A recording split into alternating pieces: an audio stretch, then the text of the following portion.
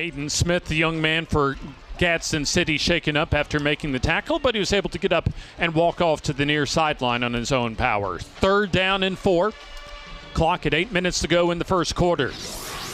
Line to reach the 37 for the first down as Bryan gives to Garrett as he gets some room off the right side and gets the first I Care Alabama first down of the night, and a big one into Gadsden City territory about the Titans' 45-yard line.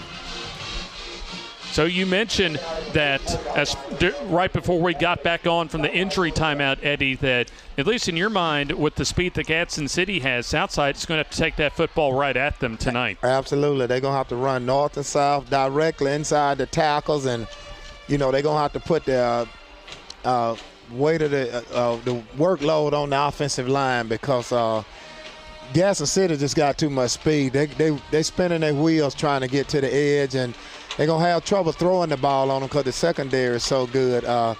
But, they can run the football at them and wear them down. Here's Garrett on the carry off the left side as he'll bang his way for some tough yards that time, about a couple to the 42-yard line. Well, I told Jim earlier, hey, it's 3 yards and a cloud of dust. You got to keep it going. That's right. And, in fact, you look at Southside, they took a step up from 5A into this season to 6A. They were in Class 6A just 3 years ago in 2021, so certainly the bigger classification's not unfamiliar for Southside. 2nd and 8. Ball inside the Gadsden City 45. Jordan Bryan, a solid job last season. In fact, made some big-time plays against Leeds last year in their 23-13 upset win over the Green Wave.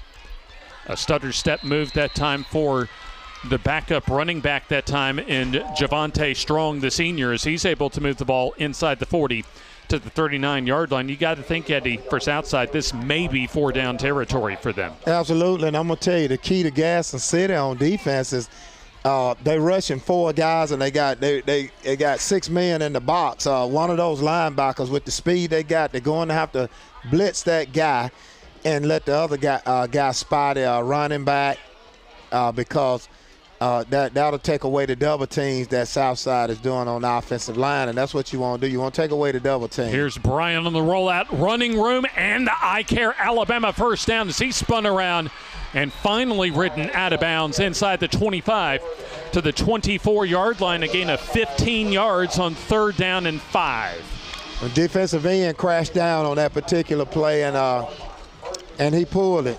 It's a zone read.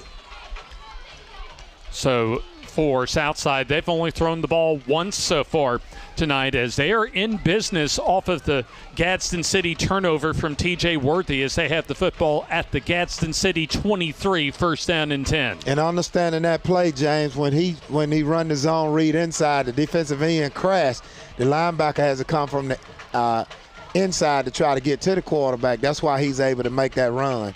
Here's Bryan on the give. Strong stutter steps and gets some good yardage that time off the right side as he was able to just wait for that hole to develop and moves the football into the red zone to about the 17-yard line.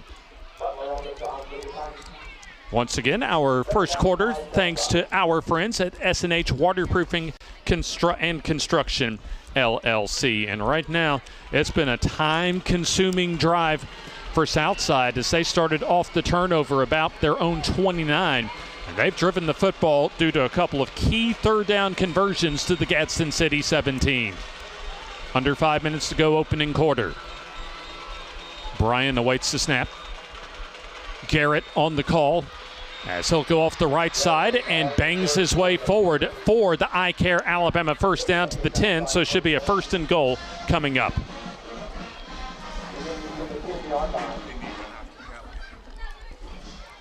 So that's another solid job on the right side that time by Weston Brown and Evan McDonald, along with Grant Golden, the center, to free Cole Garrett for a 7-yard first down run, as it's a 1st down and goal coming up. Play clock down to 17 as the Southside offense still getting their play from the far sideline.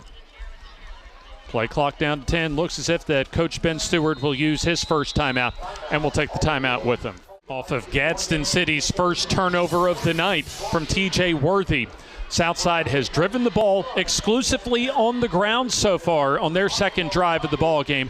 They have a 1st and goal coming up from the 10 as we're coming off the first Southside timeout of the first half. James Hardy, Coach Eddie Bullock, and Shasta Jones, along with our FNN crew with you tonight from Titan Stadium. The first time ever that Southside and Gadsden City have gone toe-to-toe on the football field. 1st and goal from the 10. And we'll have a whistle and a flag on the play. Looks like thrown by the umpire. We'll hear from Paul Coggins. Prior to the snap, we have false start on the offense. 5-yard penalty. It remains 1st down. First flag of the night for Southside. Gadsden City also with a 5-yard offside penalty so far. As that'll move the football, sets up a 1st and goal from the 15-yard line. Well, Coach Ali has gone to a 5-man front now, which is similar to blitzing. I wouldn't put him now so they can play in their blocking scheme. I actually would bring him from the linebacker spot, so that Here's Brian on the give to Garrett. Has running room with a flag on the play as Garrett goes in for the touchdown, but let's find out the flag. Yeah, I think it's coming back.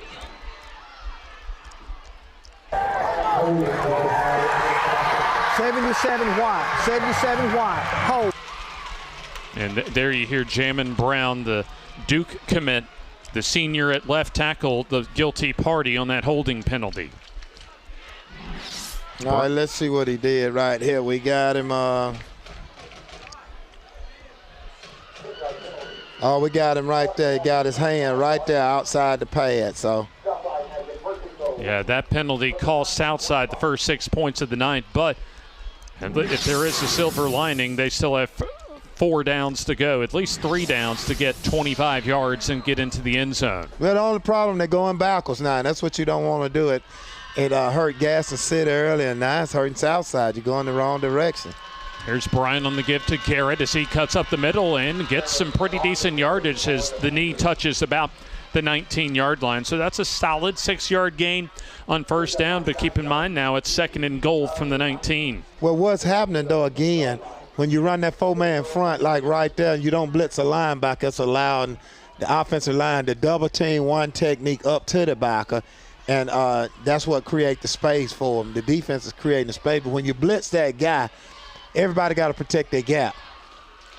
And Southside just deliberately milking the clock on this drive as the play clock already under 10. Brian awaits the snap. Okay, he blitzed the linebacker right there. Garrett up the middle, has running room inside the 10, and he breaks free and into the end zone. Give him 6. Touchdown for Cole Garrett. We'll take another look, and Eddie, all those penalties inside the 10-yard line, Southside overcomes them. He blitzed the linebacker right there. He had an opportunity to make the play, and he missed the tackle.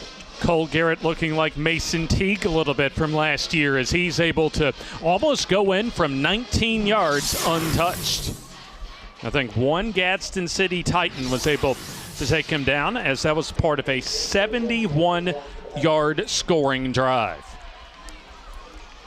PAT coming up as the kick is on the way, and it is up and it is good. So we'll take the timeout.